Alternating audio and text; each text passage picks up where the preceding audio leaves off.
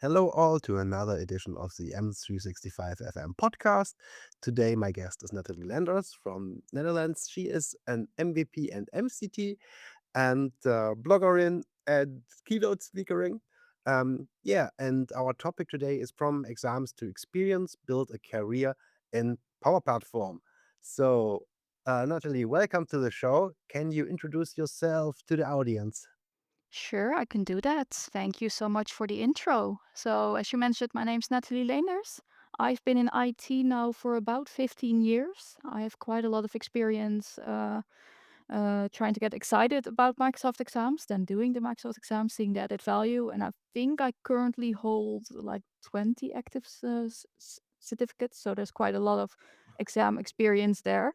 But other than that, as you mentioned, I'm quite often at events talking about some technical things on my blog. I speak about or I write about some challenges that I see working for clients, not working with clients. Those aren't issues, but it's more on the technical issues that I face, and I try and share tips and tricks there. So that's a little bit of me, who I am. And you can also find me on the community calls posting the badgers gift whenever somebody mentions the word badge.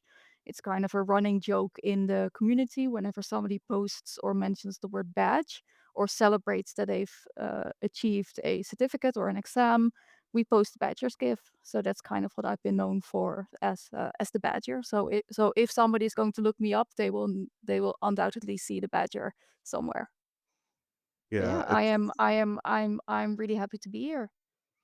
awesome. So, can you a little bit tell your story? How did you came to Microsoft, especially with Power Platform? What was your, yeah, how was your way to Power Platform? Sure, yeah. So originally, when I first started in IT, there wasn't really a Power Platform.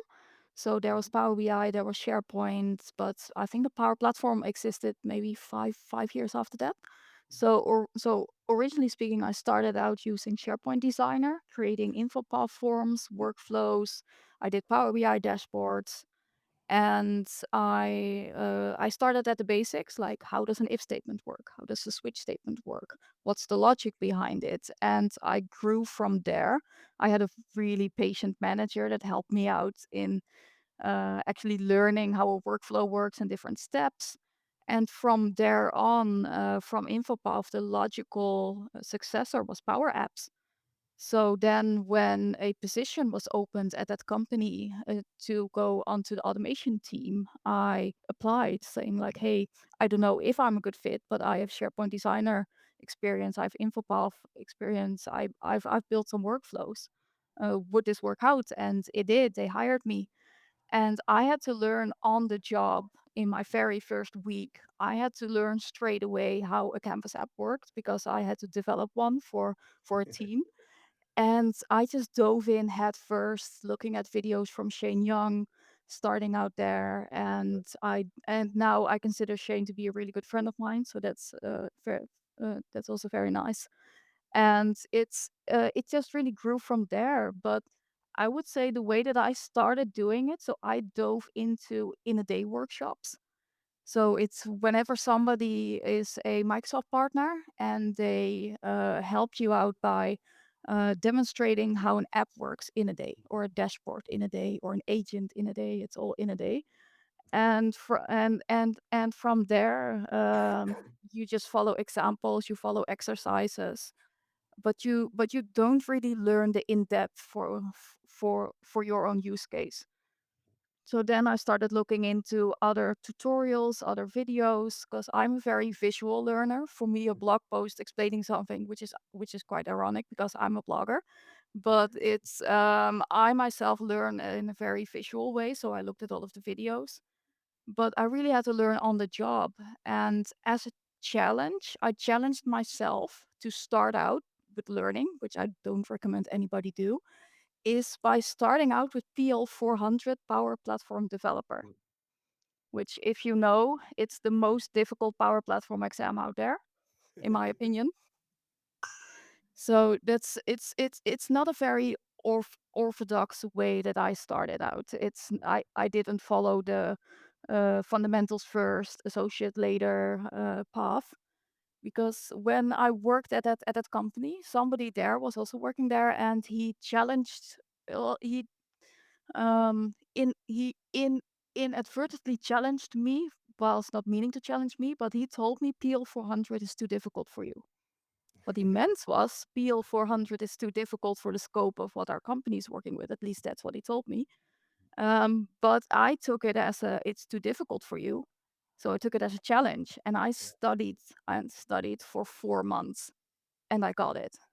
Mm. But yeah, so it's the most difficult technical. It has JavaScript, it has plugins, it has all of these extending capabilities, but not necessarily what is a gallery, how does it work? It goes way deeper than that. So that's kind of in a nutshell the path that I started with, and kind of gradually along the years how it grew for me. I don't know, how did you start with your career? Oh, I started.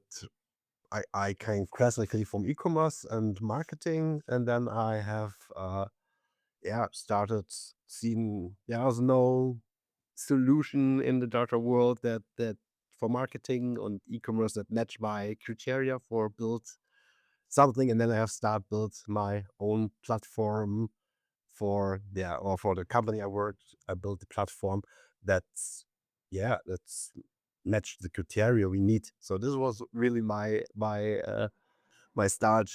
So I have yeah I think I grow going in and also a lot of learning by doing.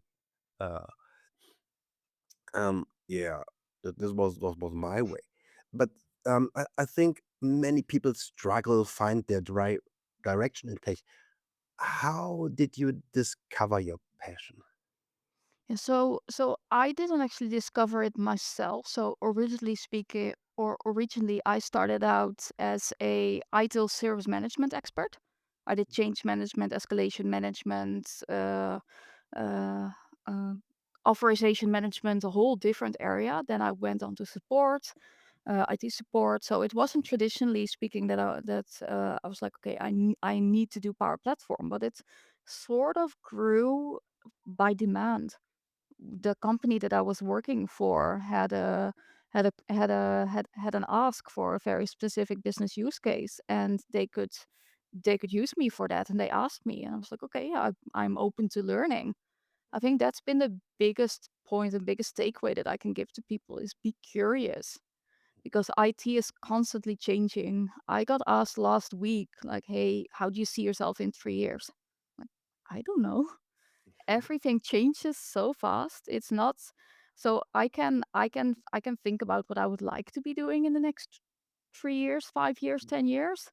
But if you would have told me 3 years ago, I would be doing what I'm doing right now. I mean, I'm now in Power Platform for about 4 or 5 years, but the in-depth that I'm doing right now as a consultant, I never would have guessed or dreamed that I would be doing that. So it's such a difficult question on how it how do you be who you want to be and who a company is looking for you to become, and is that still a good fit with everything that's changing?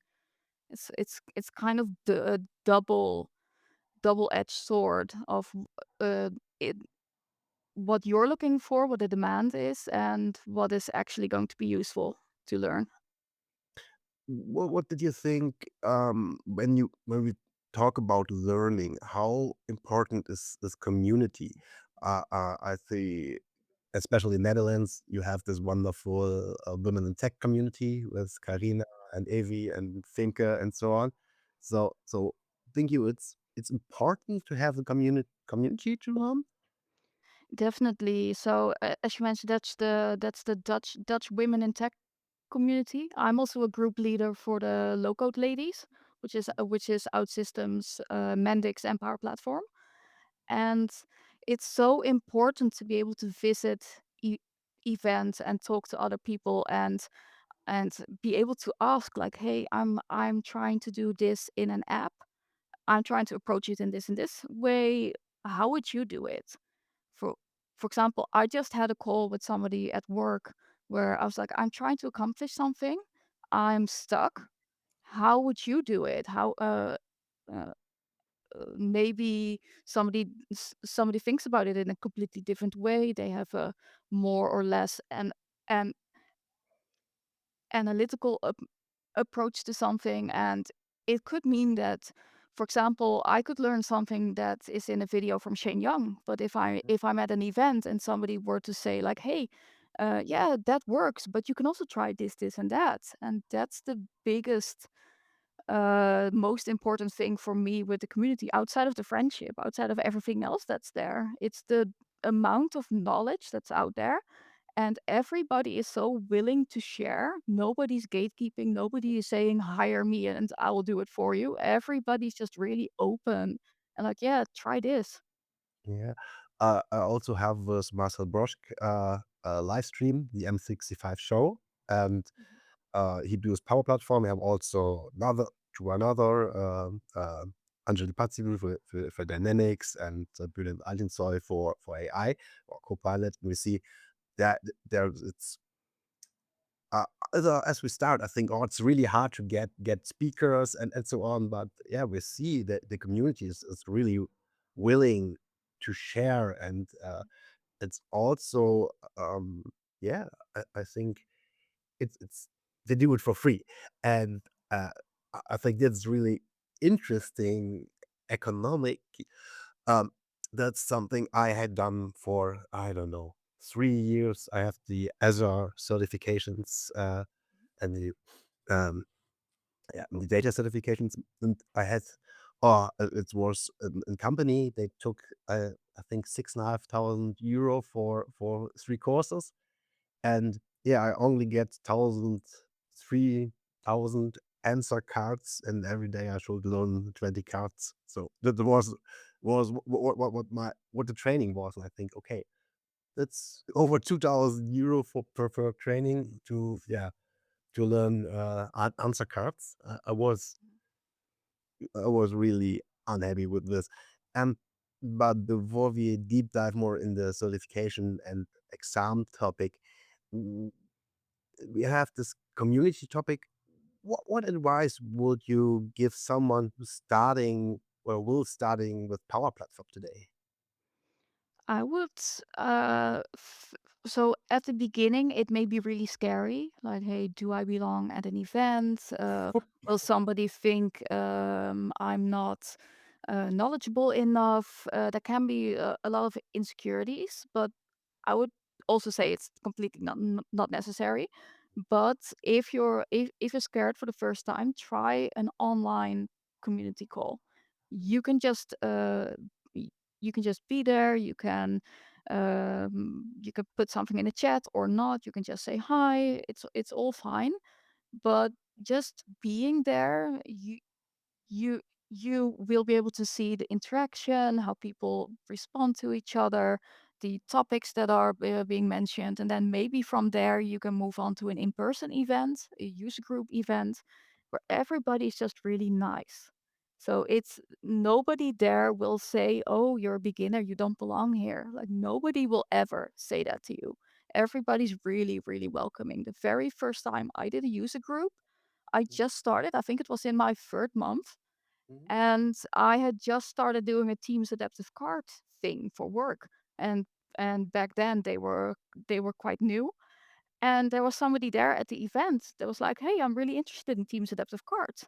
And I was there for the first time, and I was like, "Well, wait a minute, I just worked with them. What would you like to know?" And that actually grew into a month later me doing a talk at that user group, but that's a whole different step from just attending. But everybody was just so nice and welcoming, and that's the biggest thing that I would like to tell people is just go there and have fun, enjoy yourself.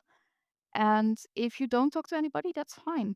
If you sit in a corner, you listen to the topics, you get a drink, you go home, that's fine as well. You don't have to interact with people, but they are there and they are really nice people.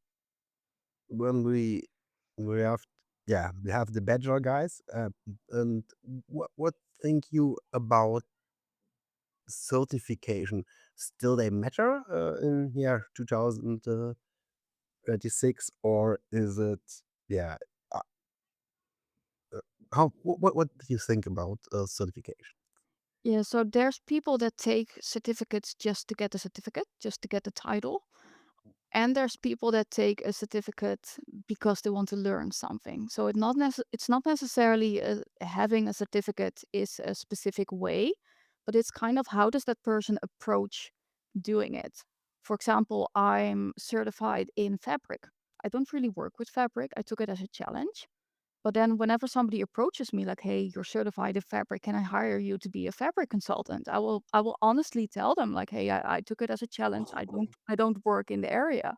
But there are people that gather certificates as sort of like trophies, like, "Hey, I have all of this. I am that skilled." But having a certificate itself doesn't mean that you're 100% skilled in that topic. It just means that you took the exam. But the way that I approach it is I take an exam to learn. So when I'm learning for an exam, for example, I learned about Fabric. I really dove into, I went with my colleagues at Wordell Smart. I went over to them like, hey, you guys work with Fabric. Tell me, what do you do? Whenever I'm learning something in a blog post or I see something on Microsoft Learn or on the official Learn path, what does this mean? How do you actually do this for clients? So I really dove deep into actually learning and expanding my knowledge on that. And I would say that's another approach that I would recommend to people is if you're interested about an exam and you're passionate about it, try and learn as much as you can about the topic. Don't just learn the learning path, take the exam, and hope you get it. So that's the way that I do it. I mean, I and yes, I have a lot. It it may seem that I'm trying to catch them all. It's not necessarily that. It's me. I'm genuinely interested in learning about all of those subjects. I'm genuinely interested in Azure Data, genuinely interested in Fabric and Power Platform and all of those things, because then I can talk to people. And somebody would be a Fabric expert, and they would be mentioning something like, oh yeah, that's this and that, and maybe that works with something that I'm working on. So I'm able to talk to other people a little bit broader, uh, outside of just my regular Power Platform area. But of course, I did start with Power Platform. I did start doing all of them. But then I was like, okay, I've that's it. Now what? I think for me, I think it's a really interesting because I see we have a lot of people that specialized in one or two or three tools, uh, and well, I will say Microsoft is more in it's more in ecosystem, and I think there are not people they overview all the options you have. That's often I think the people doing for this one solution. I don't know. They're doing the best they can, but I think sometimes, it's the people need more overview. I think that's also an important topic. Um, but I will stay a little bit at the certificate topic before we deep dive in platform and the other topics. So, what I can tell you what was my what is the biggest mistake people make when preparing for a Microsoft certification? I would say the biggest mistake people do is look at a practice exam, assume that's the exam, learn from that, memorize the answers, take the exam, maybe pass it, and that's it. So With you don't really learn anything from that. And mm, me as an this is me speaking as an Microsoft certified trainer as well. Uh, there's no added benefit in just learning a question and an answer, and that's it. There's no thought process, no reasoning behind it. Like, hey, why would somebody do that very specific thing?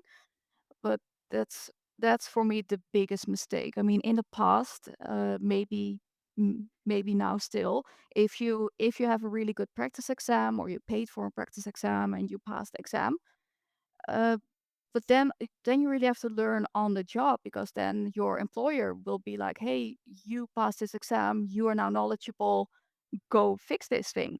And then you're like, "Yeah, well, I don't know how to do that." So that's the biggest mistake that I tell people not to do. Yeah.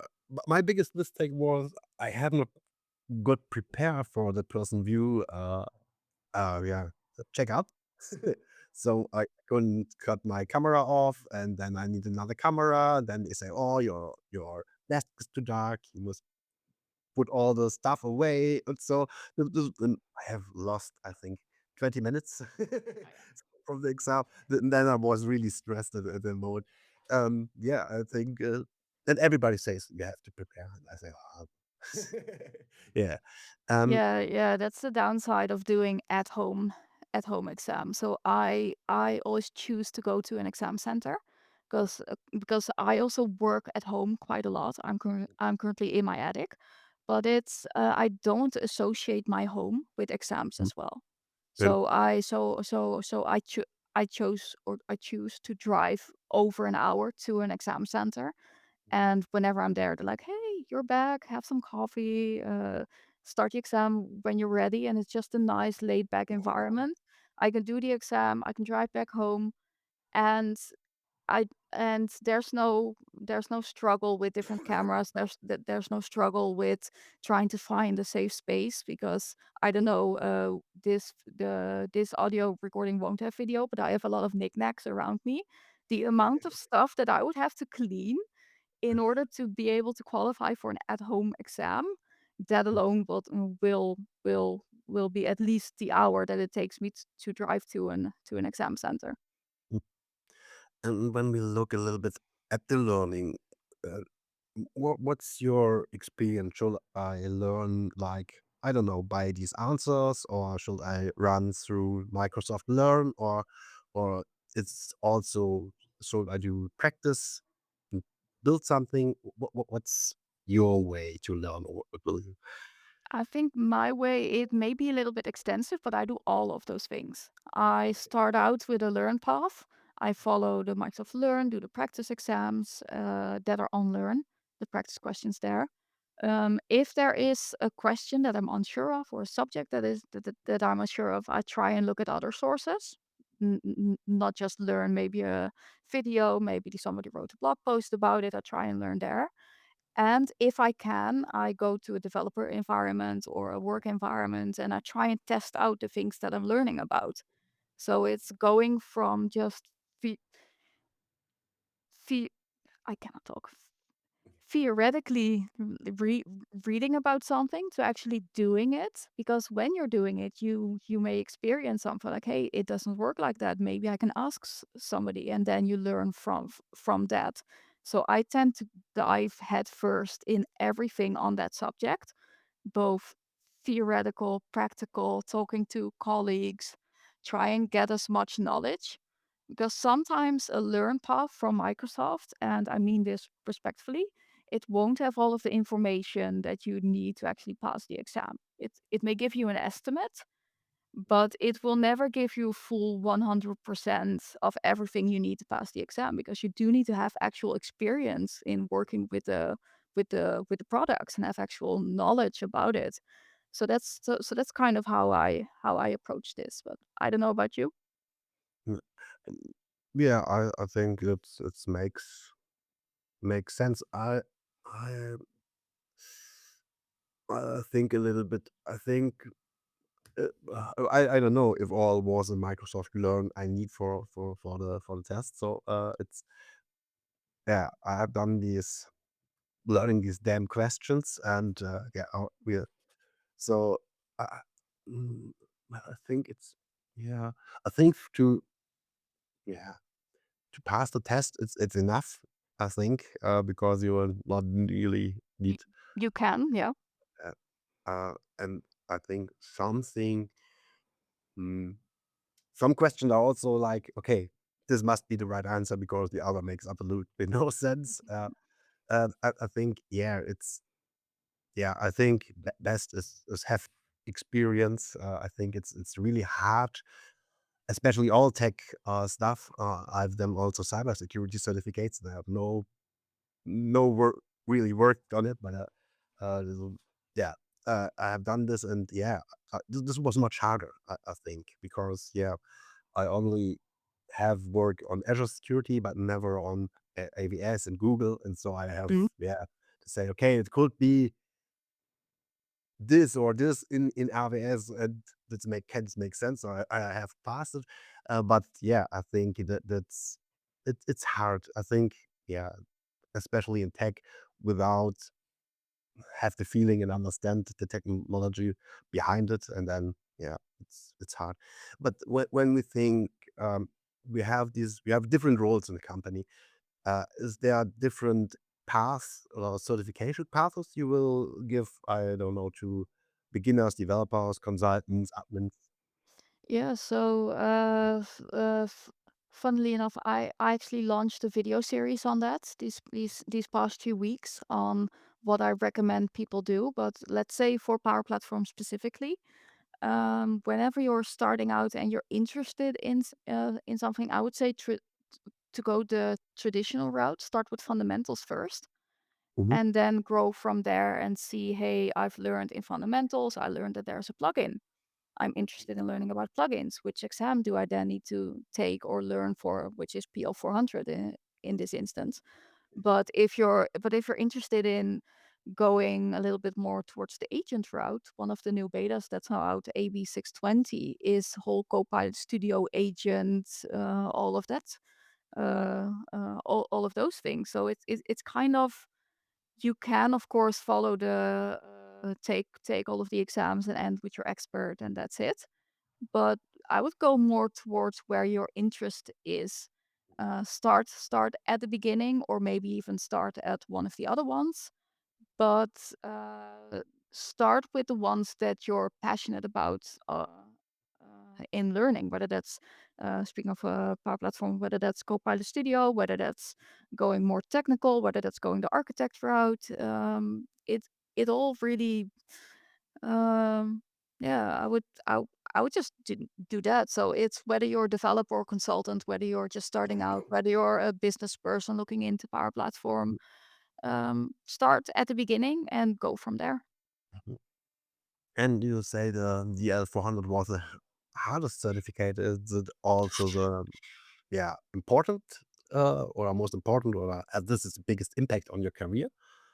Um, it is the biggest scope exam that's out there. So PL 400 is a really, really broad exam.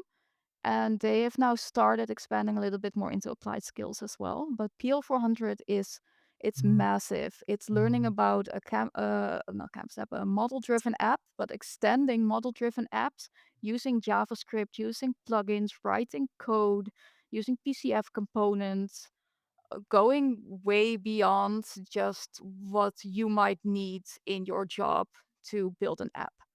So what's in PL 400 may be out of scope for your entire career. It really depends on what you're looking for. So that exam in particular, I started with it, which was interesting. But after that, I've only had to use that what I learned from there once for a client.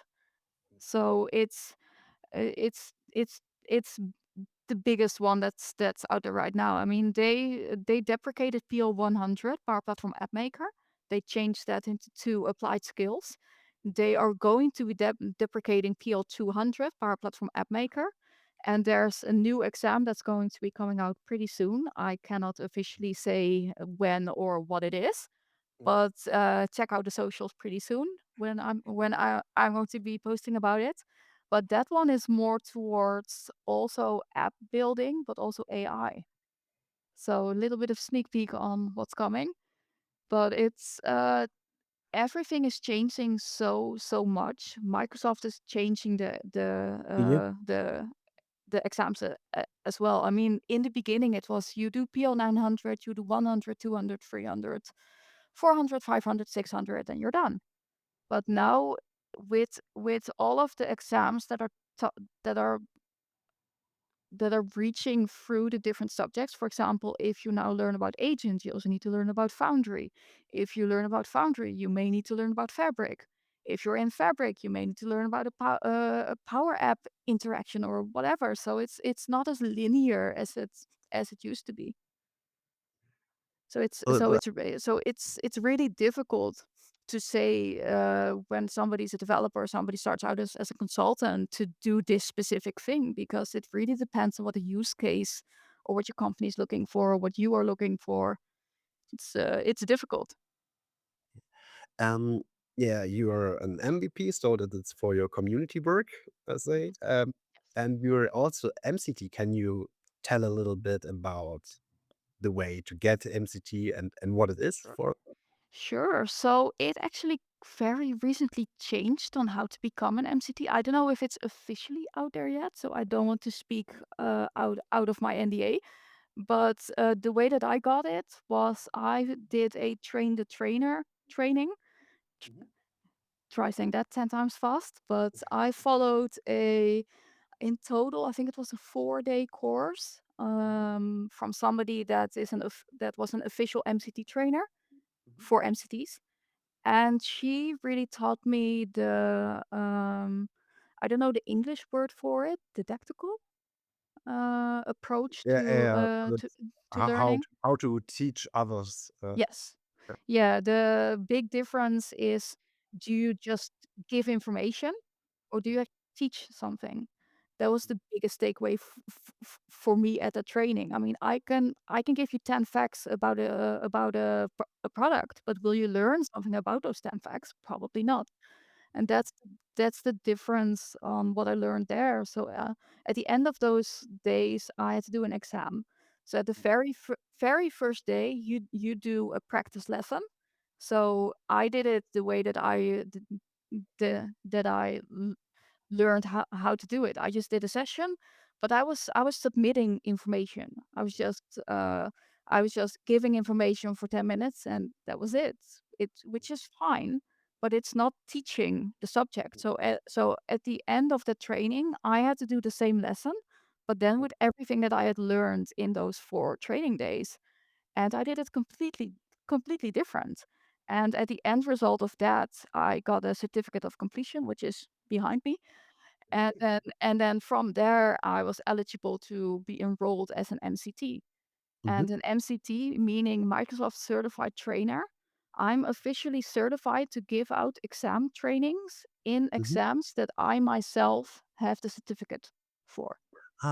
Okay. This was my next question. It's like it's not like an MVP. You make a certificate for like Power Platform or I don't know data or so on, business apps. It's really then what you have make the courses you have pass.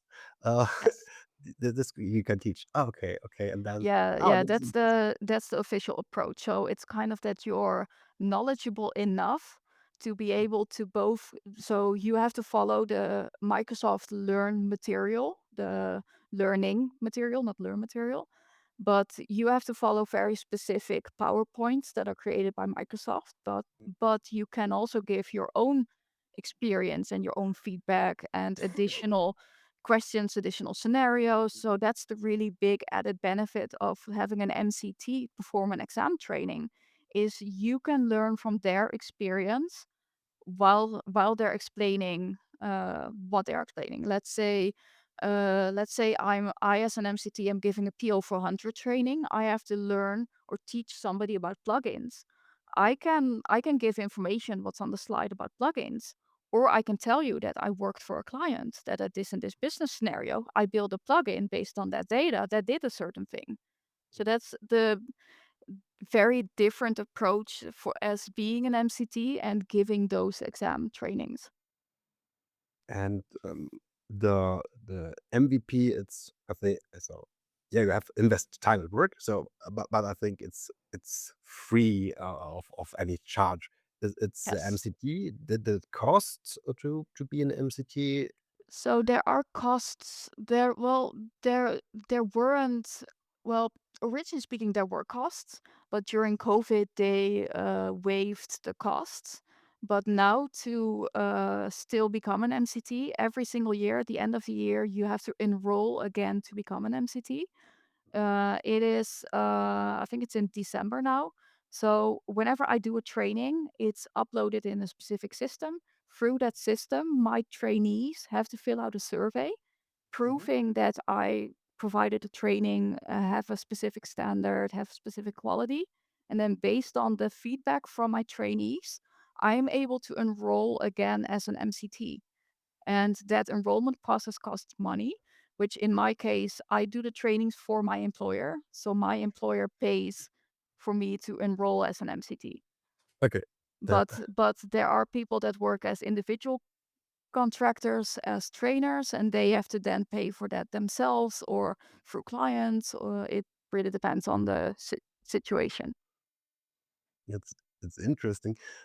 There are also, I think, other Microsoft certificates like, I don't know, bronze, silver, gold, platinum, Well, partner, and so those are more partners certificates. Those are more from a company specific standard.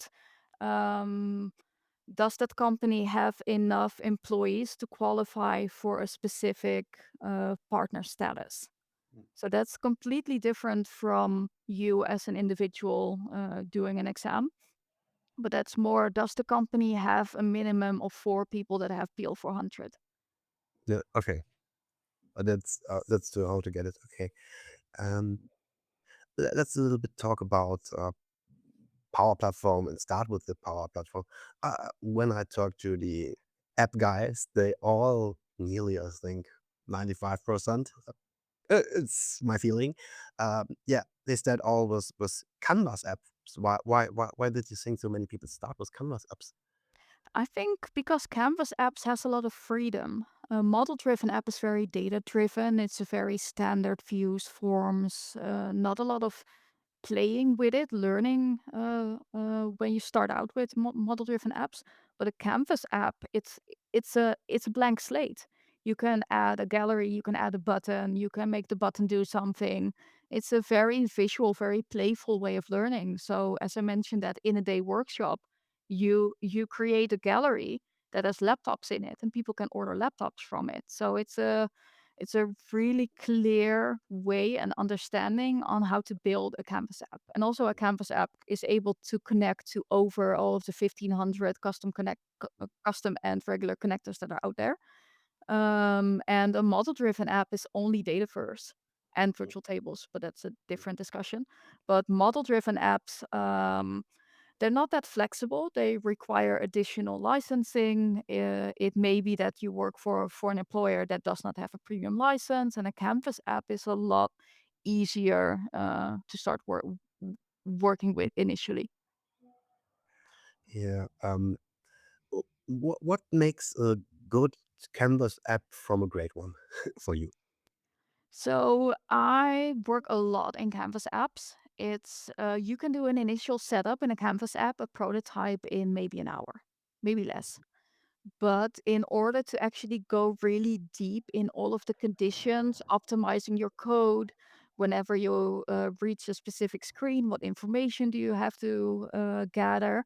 Building a really in-depth Canvas app can take a lot of time and effort and a lot of understanding in, okay, I have a form, it submits the information. Now what? Do I want the user to navigate to another screen? Do I want to show a specific message?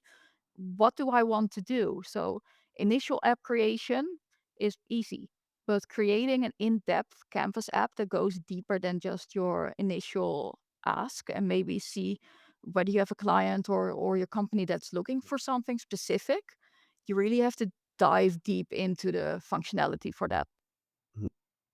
And what are common beginner mistakes in, yeah, I call it app design? Mm, I I don't think necessarily that there's mistakes. I would, Mhm. or at least none that I can think of. It's w- if you have an app, you open the app, you have a standard edit form, you have a submit button, it submits the information. If that's your use case, it's not necessarily a mistake. But if you have a use case of a company that you add their company logo for, you add a welcome screen, you add a submit your information here button, then it opens up a really fancy form, not just the edit form, but maybe a really fancy form. And then whenever you submit, it shows a pop-up message, your incident or your ticket or whatever has been created. Click here to go to it or whichever. It goes deeper.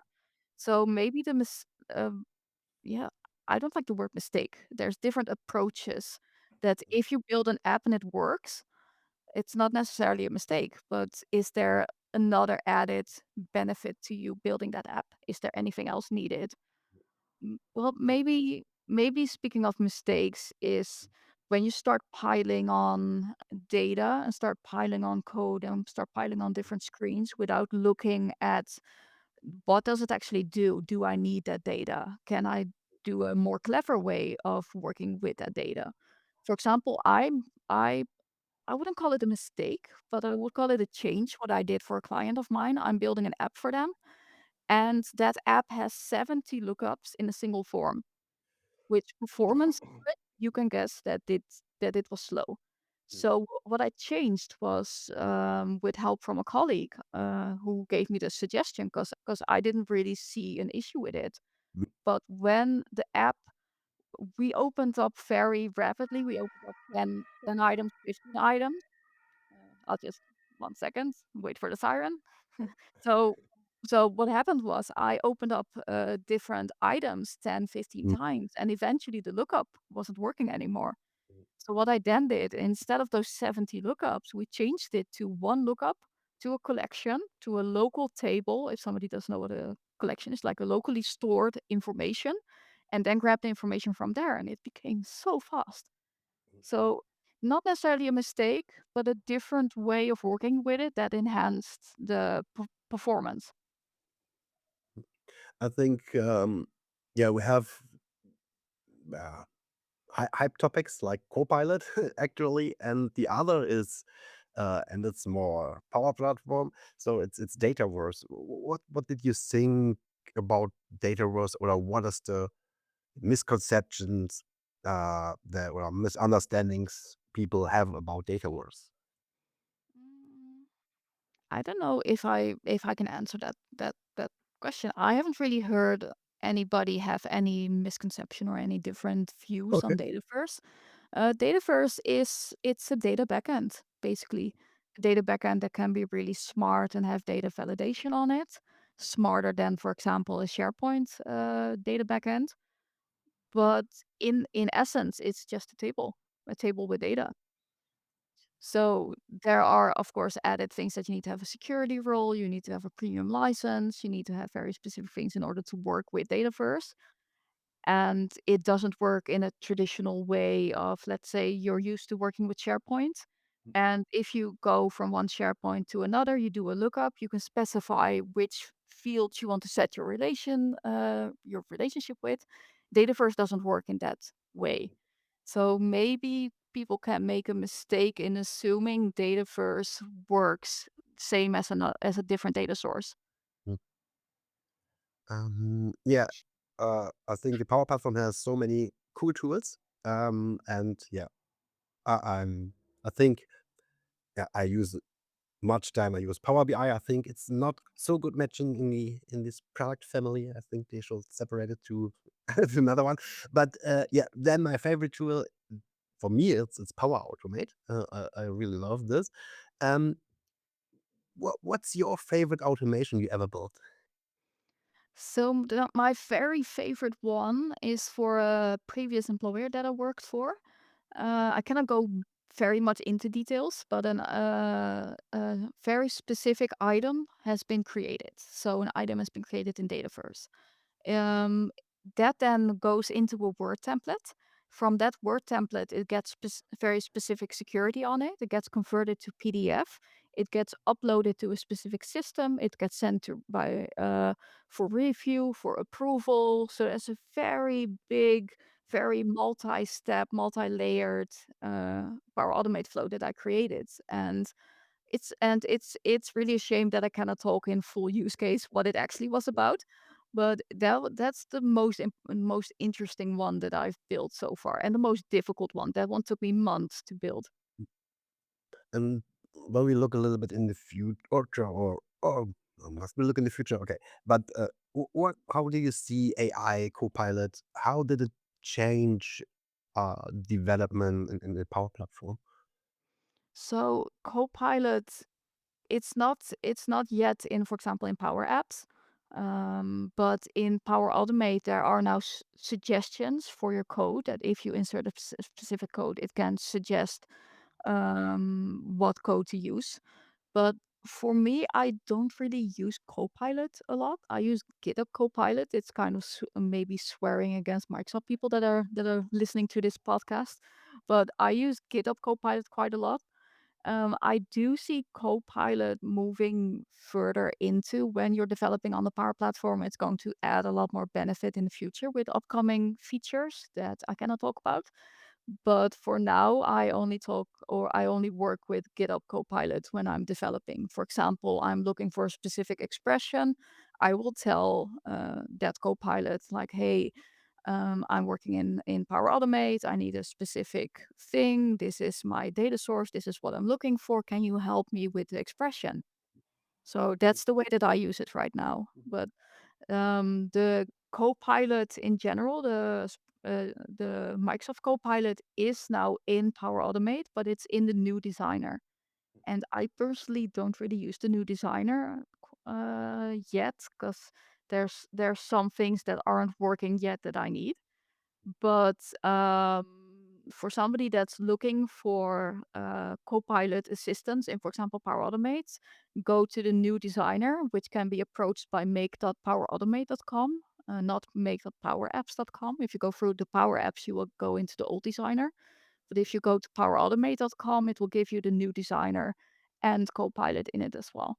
If it's been enabled for your organization, of course. Okay. I have a little bit looked in profiles from other developers and groups, and I have yeah still some quotes, and I will give you the quote, and yeah, you give the reaction to it. Third one is certifications get you the interview, experience get you the job. It may give you a little bit more leeway into being noticed by a company. Yes. So it doesn't necessarily mean you have that skill as we talked about, but it does show that you have an interest in learning about that topic, and they are aware that you're knowledge or at least somewhat knowledgeable about that subject. So I kind of agree. Okay, then I find this you I find it funny. Low code means low skills, and no code means low skills. No, I don't agree. Low code. So I am a low code person.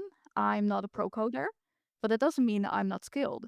So, for example, to in order to work with low code, you still need to know that if you have a button in a Canvas app, to use the navigate function to go to a screen. In order to get information from something, you still have to work with a collection and learn the logic behind the collection. You just don't have to write 15 or 20 lines of code to get that collection. But it's a very different approach. I mean, pro code versus low code. Low code is code.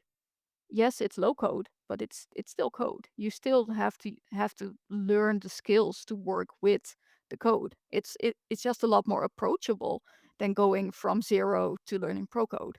If you go from zero to low code to pro code, it's a lot better and manageable. And then the next one, the best developers are these ones who understand business problems. Yes and no. There's both that developers can be really technical people, that they are really skilled in building apps and building flows.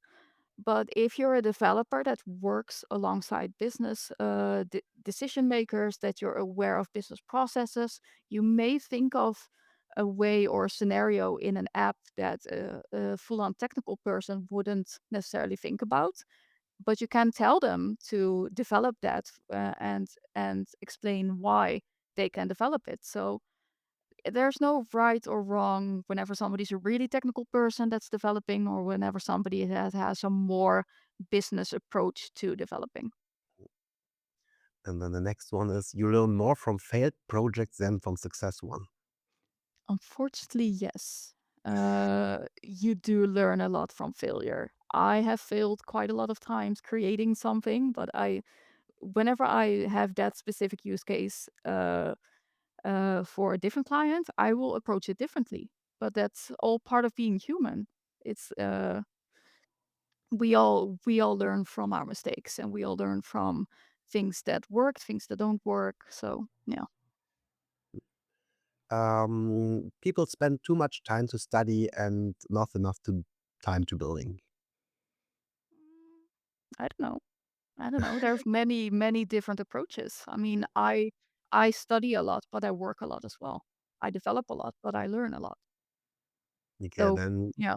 uh, well, that's I think it's yeah. I think it's what for a kind of peop how do you learn? It's different learning types. So I think yeah, someone is watching video, the other is reading, the other is listening, the other is learning by doing. Yeah.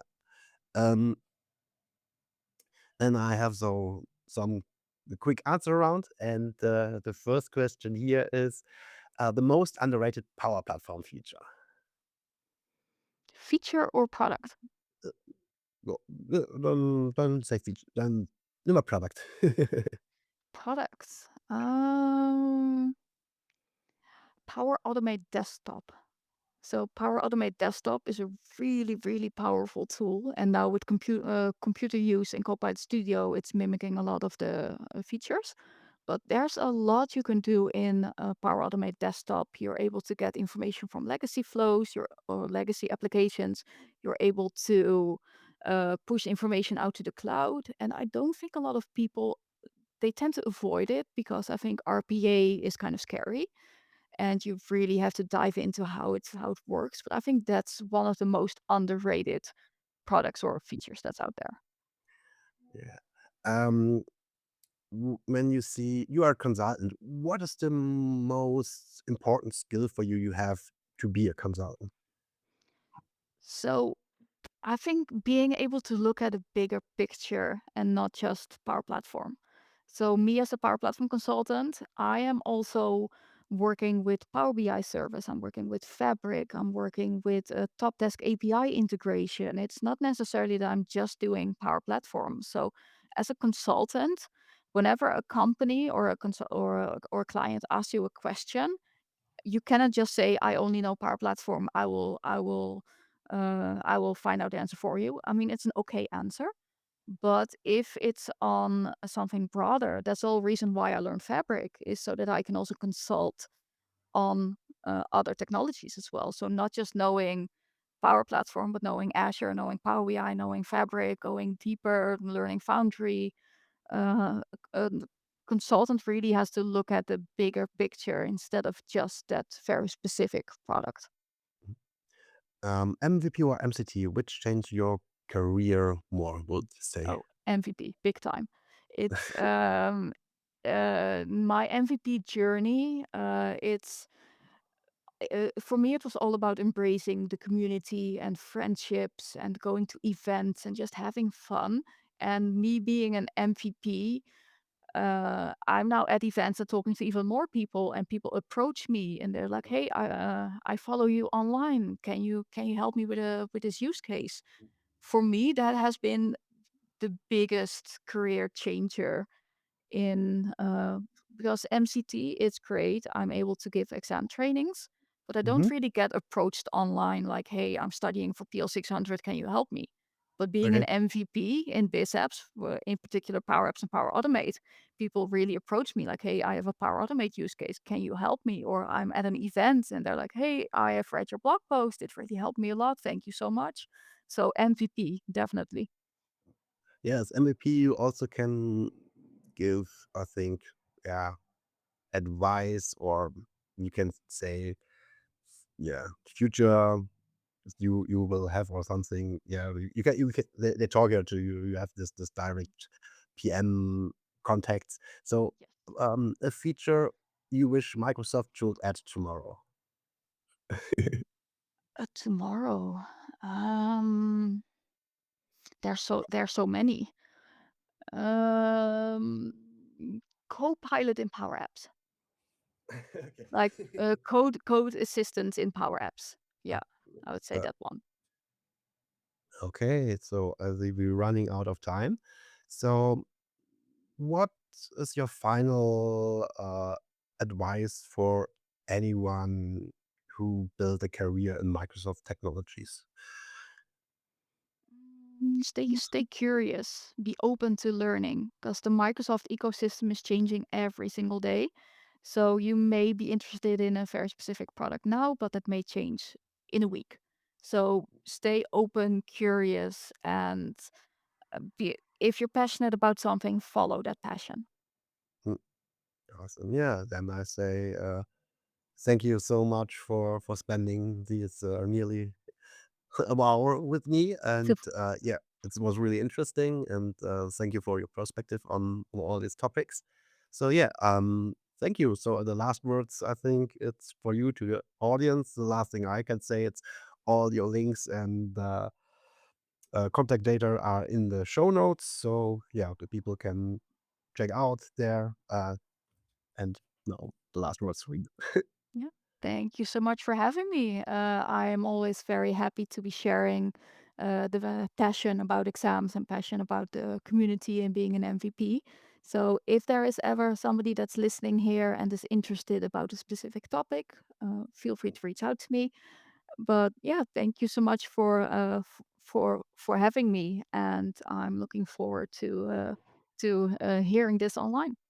Yeah, and I think also we see you on the M365 show in the next Yes, I'll be there. day. Yeah, awesome. Okay, then thank you so much, and yeah, have a great day. Bye. Right. Same to you. Thank you. Bye.